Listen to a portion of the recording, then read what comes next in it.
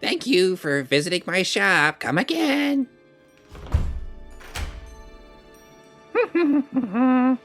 All in a day's work.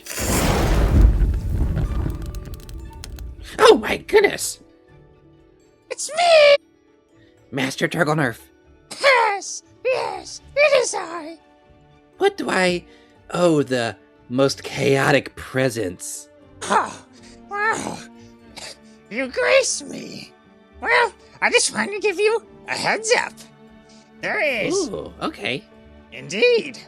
There is a man who is headed this way. I need you to set him on the right path. I believe he's on an unoptimal path. Mayhaps you can divert him to sow more seeds of wondrous chaos. Oh, I see. Well, thank you, your masterful chaosness. I will lead him to the path that he needs to be on. The chaotic path, that is.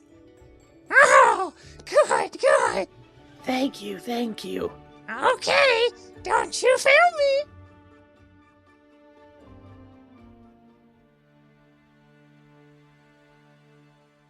Hello and welcome back to Roll for Rivals, the actual play podcast from Dice Clash Chronicles, where we proudly break the number one rule of D&D, never split the party. But with a twist. Last episode, Karnok's fury came to a head as he confronted the villains for exposing their presence to the Empire. Meanwhile, the heroes survived a vicious cult ambush, uncovered plans for a final ritual, and learned their enemies were once ordinary people emptied of something vital. In today's episode, the villains find themselves hunted across the Red Desert, forced into desperate choices that reshape their path entirely.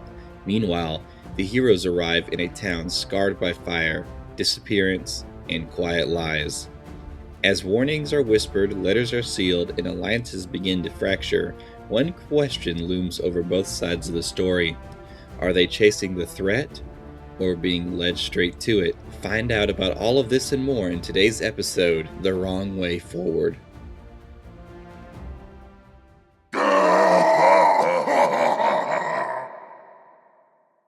Deep in the distance, you're seeing a stampede chase after you.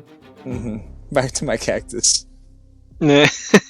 I'm gonna start moving as quickly as my half speed can get me away. That's it. I'm just gonna try to run away from the mob and try to find the nearest place of like a building or something to find the direction to where to get to that fort at. Cool. That's not a bad idea. Alright, make a perception check.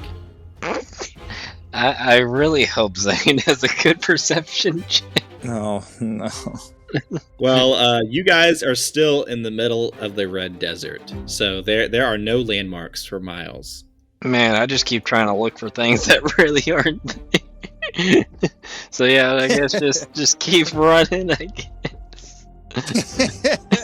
This is like a Scooby-Doo episode. Just getting chased. You guys make it down the road probably a mile when you hear a horn. When you turn around, you see the full might of the Empire of Humanity chasing you down. The Empire of Humanity? Mm-hmm. I thought we were getting chased by hobgoblins. No, you're in Hobgoblin territory. The town that you just came from was the human settlement. Oh. Hear me out. Chase them into the center where all the hobgoblins are at and start a war. I agree. That is a fantastic idea. All right, they're I all on shed horseback. my cactus to gain full speed. Run! So you guys begin sprinting. It's like that Pirates of the Caribbean scene where it's like Jack Sparrow. Yeah. Being chased by Running cannibals. across the beach. Yeah. You know what? I'm gonna roll a luck die and see if it's in your favor. Do we have any bonuses? You guys make it probably a couple hundred feet until you're completely surrounded by the human brigade. Yikes, let's see. Eekery, I've been holding on to this for the right time to use it, but I think now be the time. If you've got anything, now better be the time to use it. Indeed, I agree. It's my most secret weapon, my ancient tool, my death whistle. And I pull out.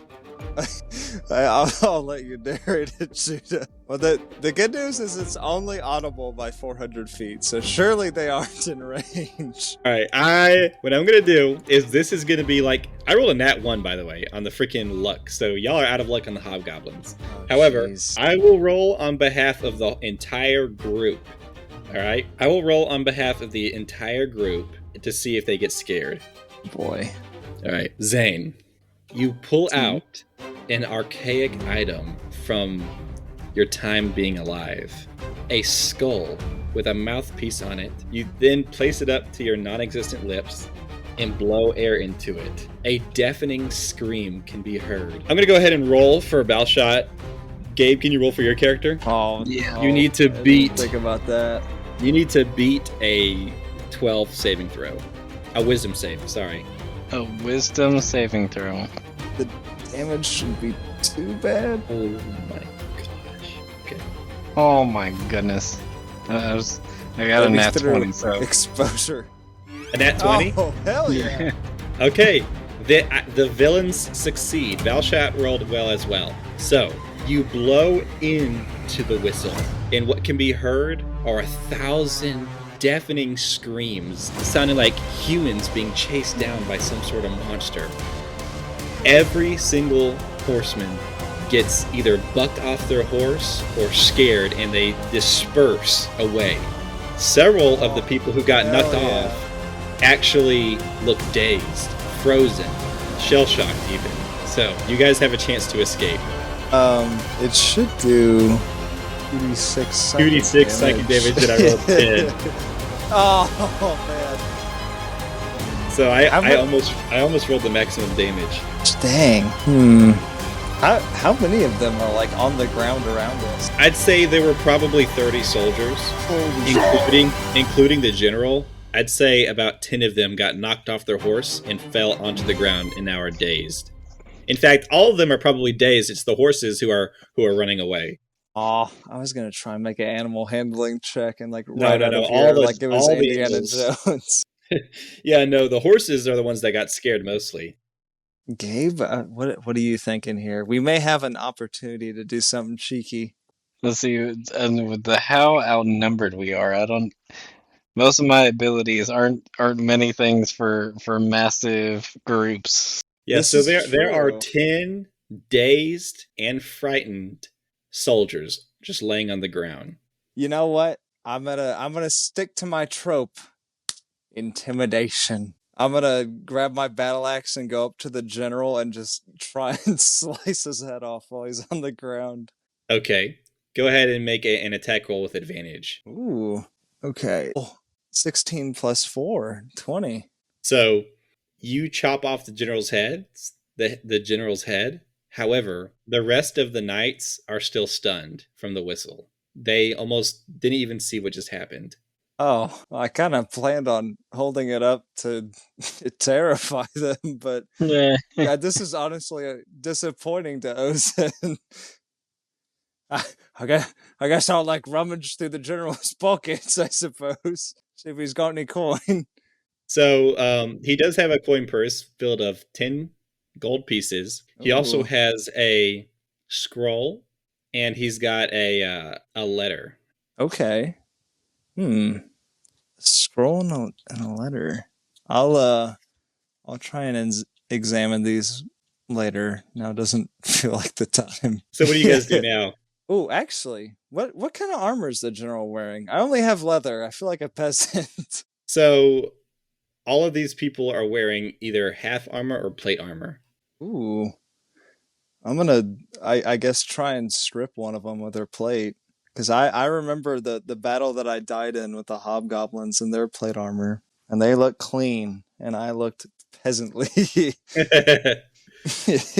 All right, you strip the general of his plate armor. Oh, I'm dripped. Well, Eekery, I think I've benefited as much as I can from this. If there's anything you want, I suppose now's the time. You have the sticky fingers. I think you've already gotten everything from him. You got the gold, you got the armor. I don't think we really need anything else. Yes. In Hold one on. turn, the guards will wake up. So there are Oh. there are now 9 guards, all like recovering from a daze and being frightened. I'm going to quickly grab the general's disembodied head, and we'll be off. All right. So you grab the general's disembodied head, and you make your way continuing down the road. So that item really came in handy. Yeah. Helped us get out of a situation of combat for a minute. So you guys continue down the way, and there's like a kind of crooked sign that says Dominara, and it has an arrow pointing down the road. Hmm. Anything on that note that you got from the general about this Dominara place? Oh, yeah, good call. But I guess open the note from the general. I already forgot about it. Wait, are you wearing the armor? Oh, absolutely. I got the new drip. Yeah. It is plate armor, so that brings your AC up to 18. However, you have Whoa. disadvantage on stealth. Well, evidently I'm not very good at that. Yeah. The letter says the letter is stamped by the emperor himself. When you open it, it Fancy. says, "Report any strange behavior to the Emperor Phelan. There have been some strange occurrences in the capital city of Farron that have halted the ceremony. A 500 gold bounty has been placed on any information on what happened." Well, I seem pretty normal to me. What about you, Eekery? Yep, I don't think we would have any information about that. Okay, so I guess the note Eekery, gave is us a this whole okay lot of with you? I'm just nothing. Yeah. I think I'm going to tear this up if that's okay with you. Yeah, I don't think they're getting anything out of that. Yeah, There's a no, I whole don't lot think of they need this. nothing. Tear it a whole bunch of pieces. Make some firewood out of it. Yeah, I don't remember anything happening on this day. Yeah, no, I mean, in fact, I think I was sleeping the whole day. The whole day. You guys continue on the trail, and you notice a new sign. But on top of the sign, you also notice a humongous dark fortress ahead of you. So the road diverges with a sign on it. There's like a left. If you continue on straight, you'll head to Dominara, which is the capital city of Delfondo. However, there is another sign that says Southern Delfondo, and then underneath it, it lists several towns, outposts, and colonies, and one of them is Fort Vornis. Ah, I remember that name. That's where we're supposed to be heading. Well, then, suppose we should stay on track. What are y'all's Let's passive see, perception? passive perception. Where is it at? Dude, I'm Let's see. counting on you here. Mine's a 12. Mine is a 13. Not terrible. 13. Okay. Zane? That would be one lower. A humble 12. All right. So humble you 12. guys hear Humble. a deep bellowing bell, a really, really deep sounding bell coming from Dominara. Hey, Eekery, is that the way we're headed? I seem to forget with my old age and all. I'm probably, 500, maybe 600? I think that is where we're supposed to go. However, I don't like the sound of that bell. I was afraid you'd say that. I suggest we proceed cautiously. So the road forks, and if you take the left road, you'll head to the capital city. If you take the right road, it'll take you to where you need to be. Yeah. I was gonna say, the bell is definitely seeming like it's trying to draw our attention away. However, our mission is to get the fragment. So, Right. let's see. We gotta stay focused to get our bodies back. Yes. It's like we can worry about side quests later. Indeed. Yes. Side adventures are fun, but living is more important.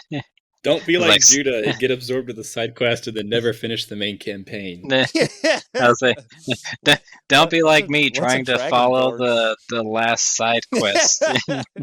What's Dragon's Reach? Oh God! What's the 1,000 steps? I haven't gotten that far.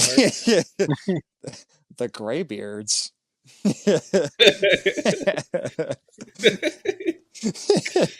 I haven't even gotten my first shout yet. Oh God!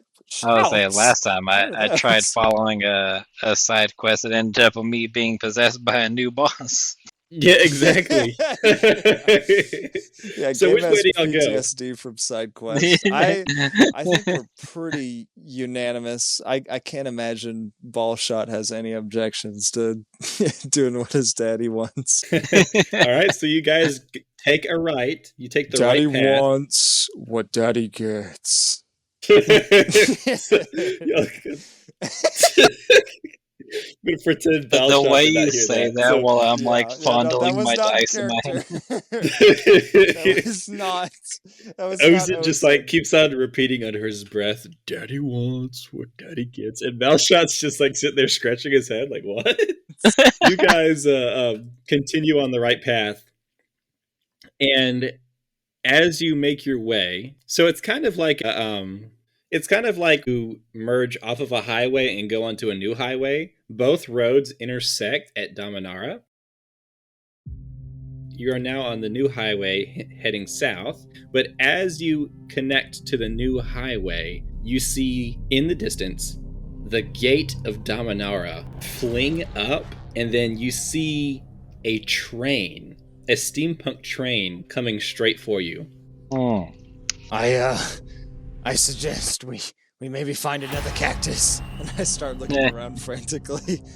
All right, so you guys have 3 turns before the train meets up with you guys. Oh, Gabe, you know what? Yeah. I was watching this National Geographic video on these sand spiders that like shuffle their way into the sand. Can you Why? try and use your skitter to like be a sand spider?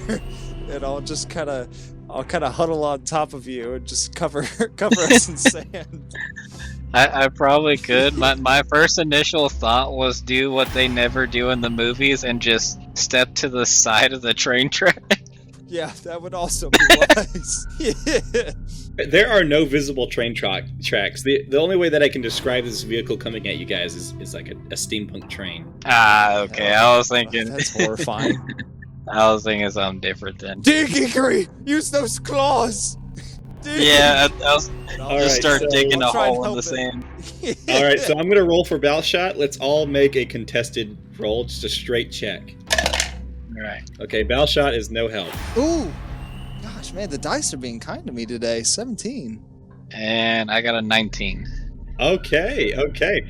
So Ballshot uses the bottom of his staff to try and dig. He's not being very helpful at all. Whereas you guys are just going to town on this hole.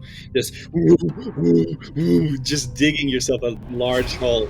You guys I imagine I'm end up like using my digging a hands deep and enough hole. claws and like my tail too. Yes, Yeah, like you're you're like a dog. Like, you know how like dogs like dig holes? Yeah. They tick, tick, tick, tick, tick, and then you like stick your head in and make sure it's okay, and then you go tick, tick, tick. I didn't even think about this, but I could use shape self to make like a shovel limb to like start Yeah. scooping sand. So that's what I'll say you do with your 17. You form your right hand into a shovel and just start shoveling out sand. You guys manage to dig a deep enough hole to hide under. You guys hide under and then push the sand on top of you, and then you hear a demonic noise. You hear the mechanical noises of this steampunk train approach you guys. It slows down, screeching to a halt to the side of you guys. You see, just kind of like peeking your eyes through the sand. I don't think it'd be too uncomfortable for you guys since you're all dead. Yeah. And you don't need to breathe. We don't need to breathe. So you Just can cover be. ourselves. It's like Minecraft. We're just encased in sand. So you see what can only be described as a demonic steampunk engine. Think Ghost Rider took took control of a steampunk train. However, how the train makes its way through the desert are instead of wheels, it has tank treads. Oh, that's so cool. So you hear, "We saw him around here, boys. Check everywhere. Leave no stone unturned." And then you see a bunch of heavily armed hobgoblins with scrap armor walking around with torches. I'm going to make a check against your highest dig check. So I think it was 19. Yeah, I had a 19. Damn. Gabe, did you get a 19? I did, yeah. Huge. So I'm going to roll for the hobgoblins to see if they find you. Well done. It came in clutch. So. No. So, oh, no. You guys watch as the hobgoblins start exiting this train. Several of them are exiting this train, and this mechanism is unlike anything that you guys have ever seen before. It a literal sand tank, just a horde of hobgoblins and goblins. And the hobgoblins start like whipping and cussing at the goblins, like, "Come on, search harder!" And you see these, I'm trying! You hear, "Boss, what is this?" And you hear some heavy footsteps of some armored boots hitting the sand. "Call in the goblins," and you feel a bunch of people step on top of you guys and start scratching at the sand pile, revealing all of you guys. So what you guys failed to do is cover your feet as you push the sand on top of you guys. Everything was covered except your feet, which was just sticking completely up. I guess except Ozen, who can like morph into anything. But Eekery and Balshot, my metal boots are sticking out. Oh yeah, your plate armor boots. So my shiny boots caught the torchlight. So you see a group of goblins digging up the sand that's covering you guys. And then you see 2 hobgoblins in scrap armor. And then you see a hobgoblin in the like really nice black plate armor with no helmet on. That hobgoblin has kind of like a man bun with a cut across his nose. What are you doing so close, Dominera? Well, you see, we're actually wandering traders, and you kind of spooked us with that big mechanism. You know, I've never quite seen anything like it in my life. Where's your license? Oh, well, it's let me see here. And I start rummaging through my backpack to stall. Do you have anything that resembles a license? It's like, maybe we shouldn't have torn up that note. Maybe that might have had something on there. I know. I'm looking for scrap paper in my inventory. It's like, did you keep any scraps of that letter that you tore up? No, it's torn to shreds. Let's see. You see, I don't have any we may paper. have a treaty with the Empire of Humanity, but if you can't identify yourself with the Empire of Humanity, what stops us from ravaging you and shredding you to pieces just for the enjoyment? I start digging through my pockets, and I have some leftover gold, and I pull it out, and I was like, "How about this? Does this classify as some identification?" Oh, Try some bribery. Let's see. I think I have. Let's see. 'Cause I don't know if we said a certain amount of how much I had spent before. But I'll say let's say about 30 gold. Make a persuasion check. Let's see. Is this one of the things I'm good at? A little bit. Got a 13. I'm glad you're good at persuading. Not by much. I got a +2, but it's better than 0. Yeah, the only thing I'm good for is intimidating, and they kind of have the upper hand. He looks at you and he says, "All right, but I'm going to need all of it." Aww. You drive a hard bargain, but sure. That means Widow and Night Boy hand over it as well. Let me use... Let's see here. So it comes in handy being rich before I I'm going died. to quickly go, Oh yes, it's right here. and I take out my walking stick and I inscribe in the sand a stone rune. It says here, this rune's magic channels the the judiciousness associated with the stone giants. While wearing or carrying an object inscribed with this rune, I guess I pull out my my whetstone and inscribe this rune. And you have advantage on wisdom insight checks. You have dark vision. In addition, when a creature you can see ends its turn within 30 feet of you, you can use your reaction to invoke this rune and force the creature to make a wisdom saving throw. And unless it succeeds, it's charmed by you for 1 minute. So I'm going to go ahead and give that a shot. All right. I rolled an 8. Okay. I'm not exactly sure what the DC is to save on this. Your rune magic save DC equals 8 plus your proficiency bonus plus your con modifier. Okay. Mm-hmm. So you'd have to be oh yeah, no, you failed. you needed a 15. My. Behold, you are charmed by my beautiful looks for 1 minute. Oof. Okay. So what do you say? I'm charmed. You will venture on into the desert and let us take control of this steampunk train. These are not the droids you're looking for. So he says, well, I can't let you take the tank, and I can't, you see, we are the guardsmen of the Dominaria Gate, so we can't just wander off into the desert, but how else can we help you, my friend? So he like grabs your hand and pulls you out of the dirt, and then he snaps his fingers, and the goblins, they like dig underneath you, Eekery and Balshot, and they push you guys up, standing you up. I'm sorry, I respected you guys like that. Oh, no, you're quite all right. In fact, just being wandering traders and such, we fear for our safety. Perhaps you have some weapons you could lend us. Boss, why are we not ravaging them and killing them and thrashing them? Shut up! And he smacks him across the face. Sure. What do you need, my good friend? And he puts his arm around your shoulder, kind of like a drinking buddy. Oh, maybe just, I wouldn't say your finest weapons, but, maybe your primary armament so that, us wandering traders can move about freely through the desert without having to worry about bandits and such, at such strange and dangerous times.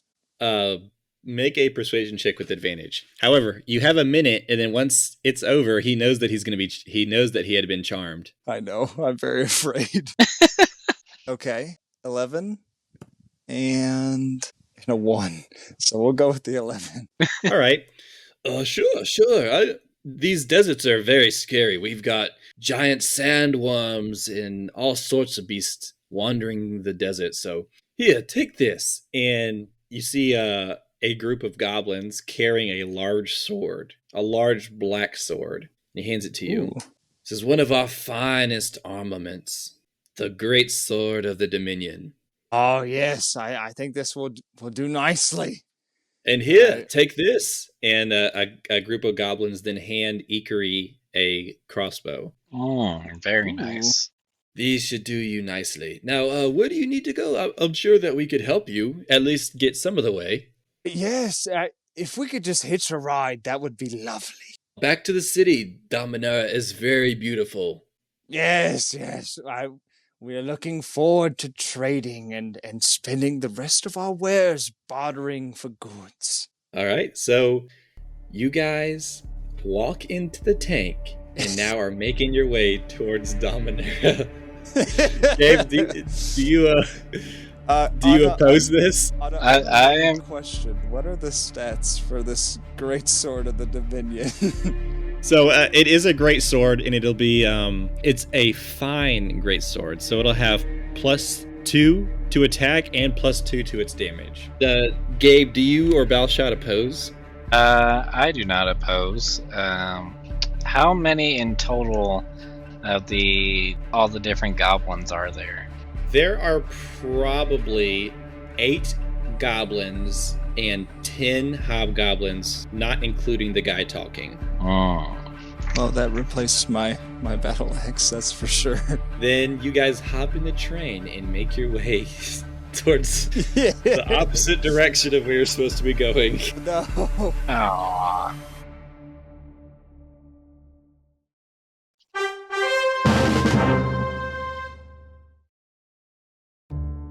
So, you finally made it to Fallhearth. You've crossed a short little bridge that goes over a small running creek, and you're now at the beginning of the town. It's a small, quaint town, a small, quaint village.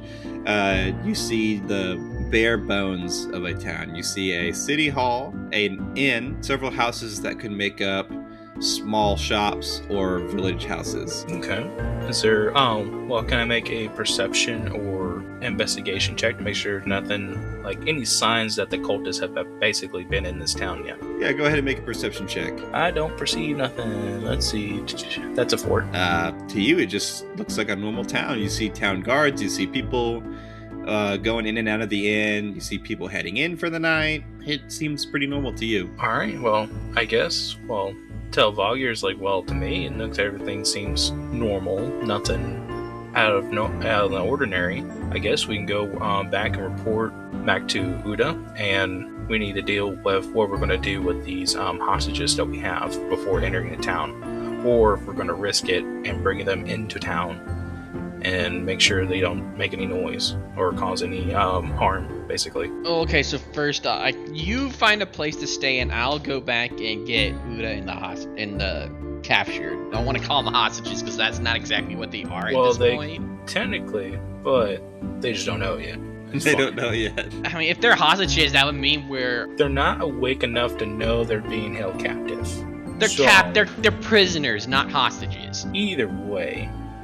Yeah. You can go back to Uda if you want, and I can go to the inn basically and see what's available, or see if I can get any word out of there too. Yeah. All right. So Cody, you start making your way back to the camp, and Charles, you head into the inn. I'll go ahead and narrate you first. Charles, since it'll take him some time to get back to the campfire, you enter the inn, and it's a cozy little inn. There's some people being rowdy. There's a bard in the corner playing some music, and then your run-of-the-mill innkeeper at the bar polishing cups. He's somewhat of a buff guy, buff human with a really bushy beard, but a smooth bald head. Okay, well, I'll go up to the bartender and just ask for a drink because, well, policy. You gotta get a drink and get answers. Hello there. Welcome to Fallhearth. I haven't seen you around town. Yeah, just traveling through. Is there, can I get an ale or anything to drink? Sure, of course. Here you go. He asks for 10 silver pieces. Okay, I'll give it to him. And after you pay up, he says, we don't get many visitors around here. What brings you to town? Just traveling through, really, and just happened to see if you have any rooms available. Really, for the main question, is that have you noticed anything weird? Like, have you ever heard what happened to her cloth the other day, basically? Word travels fast. I heard the coronation got stopped because of some sort of freak accident, is what we're being told. Yeah, that's basically what happened, but I'm just happening to be curious if anything had been, like, shady or anything happening out here. Well, when you're this deep in the woods, there's always shady business going on.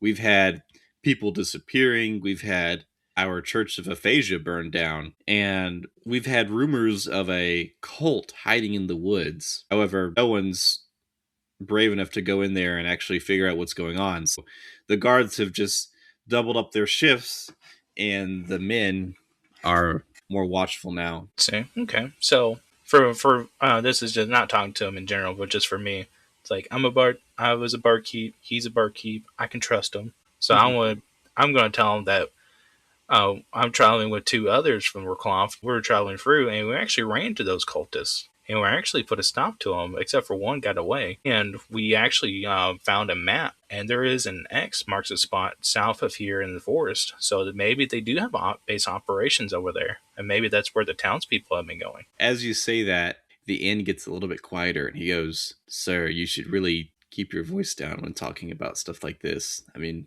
we've had some people disappear." He shrugs his head into a direction as an indication to follow him. All right. I'll grab my drink with me because I probably haven't finished it yet at this point, and I'll go with him. So you guys go into kind of a storage area where the large barrels of ale are stored.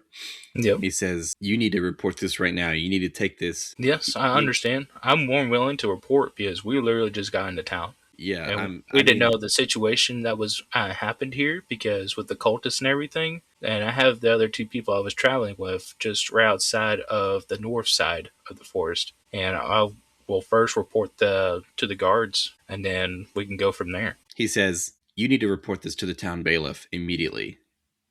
He might be a little bit upset with you that you woke him up at this hour, but this is urgent. It's definitely urgent news. You need to sneak out the back. All right, understood. And also, what direction would be the bailiff, if you happen to be asking, since I'm the first time here? You see the large building in the middle of town? That's the town hall. The bailiff and his family live there, but that is also our place of court and judgment, as well as laws and meetings, town meetings. You need to head there right now and wake him up. If the guard hassles you, you've got to push back because this is urgent. I'll make sure I report this immediately. We have two of them actually tied up with the two other group members I have, and we'll bring them in as well. His eyes widen. You have the two cultists? So you're not just confirming rumors, you also have evidence. Yes. We have one of their grunts, essentially, and also the leader of the group that attacked us on the road. Well, that's perfect. In fact, you know what? I'll just escort you right now. Let's go. And he walks back into the main hall. He says, all right, everybody to their rooms. The lobby is closed. No more drinks. And you hear like moaning and complaining, but most everybody drops their ale and starts heading towards the rooms or heading outside. So now, in kind of a stressed body language, the innkeeper is rushing towards the town hall with you behind him, right? Yes. Well, I was going to suggest, should we go back and get the other two party group members with the two other cultists to show even further proof, or was that too much time to do, and that we should go straight to the bailiff? No, your life is more important than anything that you have right now. We've got to get you there safely without any disturbances. We don't know who lurks in this town. And on that notion, I know I trust the barkeep, but my gut telling me is that I should do an insight check. 13. He has genuine fear in his eyes. Okay, so I'll follow. All right, so you guys head towards the town hall. We now flip back to Cody. Cody, you've made it to the campfire. However, the grunt is kind of hunched over and blood just dripping from his neck. And you see Uda with a knife grabbing the cultist leader's face and putting a knife up to his neck. I guess someone is getting answers. Right up to Uda and like, whoa, what are you doing? He looks at you and he says, the other guy killed himself, and I saw the leader reaching for his knife as well, trying to end his life. Are their hands still tied? Yes. I kind of looked up at the tied hands and look back to him with a knife. He goes, I know this looks bad, but you have to trust me. Does the knife have blood on it? Make a perception check. Turns out Uda's been with the cult this entire time. My perception? Mm-hmm. 17. No blood. Okay, well, there's no blood on the knife then. I don't know. He could have dextered this whole situation. Who knows? He might not learn how to clean blood. I don't know. Okay, does the guy that's already dead have a weapon in his hand? No, but you can make a perception check around his body. I'm going to make a perception check. 19. So the 19, you do find a knife. It looks like it's been kicked away from his body towards the campfire. However, there's also no blood on that knife either. Can I make an insight check to see if Uda's lying? Sure. 19. You can't really see his face because he's constantly hooded, but for the most part, he seems trustworthy. Okay, did we already clean the pockets of both of these guys, right? Yes. Yeah. Okay. Well, and is the other guy conscious or unconscious? The leader is now awake, his eyes widened with the knife up to his neck. But the other grunt is dead. All right, well, I look to Uda and say, look, go dispose of the dead one. I'll take this one into town. He nods his head and he picks up the dead one and he goes deeper into the woods. So I pick the guy up and just time we saw him. basically shim along into the town. All right. Now that the leader is awake, he starts talking to you as you walk down the road. Or do you have him gagged? I'd say we would. Okay, then he's just waddling like a penguin then behind you. Not behind. I'd rather have like Him in front of you? Yeah. Sure. for the most part, he agrees. He'll just walk in front of you. And we now switch back to Charles. Charles, you have now made it to the town hall. There are 2 guards in front of the town hall. They immediately stop you. They say, "What are you doing at this hour? You know that the town hall is closed and the bailiff and his family are sleeping." The innkeeper says, "It is an urgent message." And the guard says, "What could be so urgent at this hour that you'd wake him and his entire family?" The innkeeper kind of leans forward to the guard and whispers into his ear. And he goes, "Okay, let me go wake him up." So the guard that you were talking to goes into the town hall. He disappears for a couple moments, and then you see the door fling open. And you watch the innkeeper kind of move into the dark hall. Do you follow? If they allow me. So yeah, you follow, and you are now in the barely lit town hall. Obviously, they put out all the candles since they were going to bed, and they just lit a couple as they woke up. It is the bailiff, and now there are 3 guards and the innkeeper. So you have information on the missing people from our town? He's talking to me now? Yes. Okay. We ran into a couple of people. There's Cult of the Fouling is what they were calling them, what we found out. But they have a base of operations. We can assume we found a map of their battle plans, that there was an X on the spot just south of here in the forest. And from what did I get the name of the barkeep? No, he never gave you a name. Yeah. Well, I asked the barkeep here in town, and there was people, he said there was people gone missing. And if I have a hunch, they're the reason why, and they're just south of here. And we have actually hostage over by the, just right outside of town on the north side. And we have proof that they're definitely here. Do you have the map with you? It is on my party member's person. He's just right outside the woods, just north side, away from the south side where we assume where they have the X marks on the spot, where their base operation is. So he motions for one of the guards to run outside, and he does. Cody, you're now entering town, and you see a town guard sprinting at you. When he makes it to you, he says, "You're friends with the dwarf, right? With the hostage?" More or less. All right, you're needed immediately. The bailiff needs to see you. So he escorts you to the town hall. You guys are all now together, and the guards have now grabbed the leader.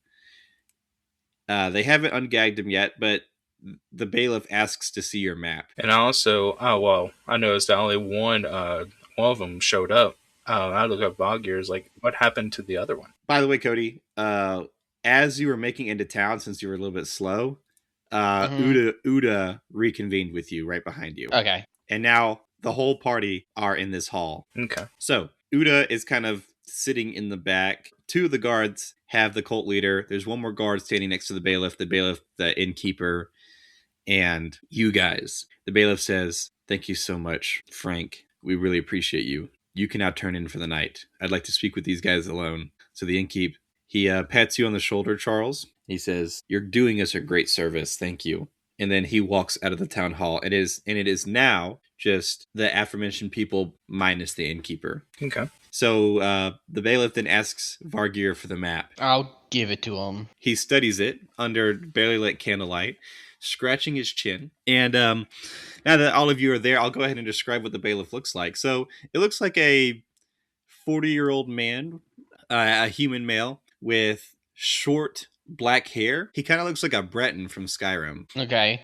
And he's obviously in a nightgown, seeing that he just woke up from his nap, but he also has a black goatee going around his mouth. You see him studying the map closely. We must call for the Emperor's guards now. We must attack soon. Maybe fortify the city. I would also mention at this point that we came from Recloth, and I don't know if he's heard about the whole ceremony being interrupted, but looks like even in Recloth, it may be getting a little hard to try to get any guards of any kind, unfortunately, because it looks like they're just holding up just in Recloth and not really do anything. You came from Recloth? Yes. Were you there the day of the coronation? Yes, unfortunately. So you know what happened? Yes, all 3 of us do. Listen here.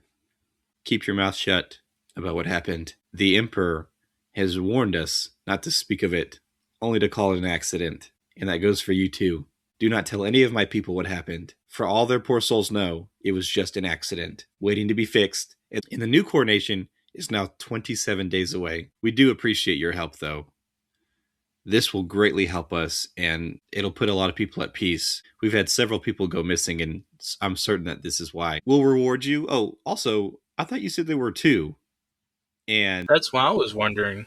Uda pipes in, and he says, he ran off. He broke away from his bindings and ran deeper into the woods. I kind of give Uda a look. And then he gives you a look as well. Like he's trying to like, hey, don't mess this up. So we at least got the leader, right? Yeah, you still have the leader. Okay. The bailiff, he looks a little bit disturbed, but he shakes it off and says, well, we greatly appreciate your help. Consider yourselves honorary citizens of Fallhearth. You can stay in the inn for free, all you want. Consider tonight and tomorrow's meal on the city, on me. Well, I'll gladly appreciate it, but the question is, do you want to try to take care of the situation now? Because unfortunately, one of them ran off. Well, 2, now we just found out that the other one ran off from what we had kept tied up. Do we need to strike first, or are we going to wait till tomorrow? Well, here's the thing about politics. If you're going to run a town, a city, an empire, you have to keep a couple things in mind, and one of them is the ignorance of your people. The happier they are, the easier your reign will be. They have already gone through a lot with the disappearances recently, and with the burning of the Phasic temple, they have gone through a lot. So we are going to do things behind the scenes. I'm going to double up the guards, and you hear that like the guards they groan and moan, but we're also going to call for reinforcement. If this has anything to do with the coronation, then I'm certain that Lord Phelan will send reinforcements to help us wipe out the heretics. Alrighty, I understood. If we give you guys horses, would you be able to send the message? Well, I looked to Vargyr and Uda. It was like giving like a glancing look. Is like, do you all agree? Essentially, Uda is viciously shaking his head yes. And I looked towards the bailiff and was like, we'll be more than happy to send word back. He goes, well, then I hope you're not tired because you must go now. I have something to do here first. I can't leave yet. All right, but you must leave within the hour then. This is urgent. We may not survive if there are more of them. And by the looks of this, and he rolls out the map again, and there are several double-digit X's across the map. If those are encampments, then we are greatly outnumbered here in Fallhearth. Now, the question is, for when we ride back to Cloth to the Emperor, do you want us to make a copy of that map and the other notes that we have, so y'all can have a copy, so y'all can prepare, and along also we can deliver the message and evidence to Emperor Phelan himself too? That will take too much time. I'll have my best scribe try and copy it down as soon as possible, but if you were in Recloth, then certainly you hold some sort of respect in the Emperor's eyes. So I'm certain he'll heed your word. In fact, I'll give you this. And he kind of runs into a back room and stumbles about, gathering some things, and he comes out, and you see him writing on a piece of parchment. He folds the parchment and then puts his royal seal on it and hands it to you. Here, this will let the Emperor know that I've sent you. You must leave as soon as possible. Is there anything that I can do to help you get what you're looking for, sir? And he's like directing his attention to you, Vargyr. They said not to mention to anybody about it, but I have no idea where to look for this oracle person. I asked him if I could speak to him privately then. Make a persuasion check. Because he's like in wartime preparation mode right now. Like, oh frick, my village is about to belly up. 16. He says, sure, but quickly. And he separates himself. A guard stays close, but only close enough to be able to protect him. He says, all right, what is it? Do you happen to know anything about an oracle located around here? Yeah, her dwelling is right next to the blacksmith. You'll know when you see it. Why? Do you have business with her? More or less. Then I just kind of say thank you and take my leave. The guards will prepare your horses at the front of town when you're ready. And he says, Godspeed, and then he heads to bed. I was just going to ask, is he having his scry copying stuff now or when in the morning? He's keeping the map, and he's going to have his scribe work on it like right now, but it won't be done in time. Was there any way I can do a persuasion roll to have myself help copying stuff? Would that impede on how quick it gets done? Or is it a situation where I would not be able to help. I mean, like, you don't really have experience scribing, but I'd say it. He really wants you guys to leave right now. Okay. So it would be like a persuasion DC check of probably 17 or 18. It'd be high. So yeah, I'll pass on that. I was just curious, thinking that maybe if I would have offered help, but yeah, it's probably for the best. The guards escort you out of the town hall, and you see them getting the horses ready. Uda looks... This is the most excited that he's been within the last 3 days. And I guess, well, we look at Vargyr's like, all right, go do what you have to do.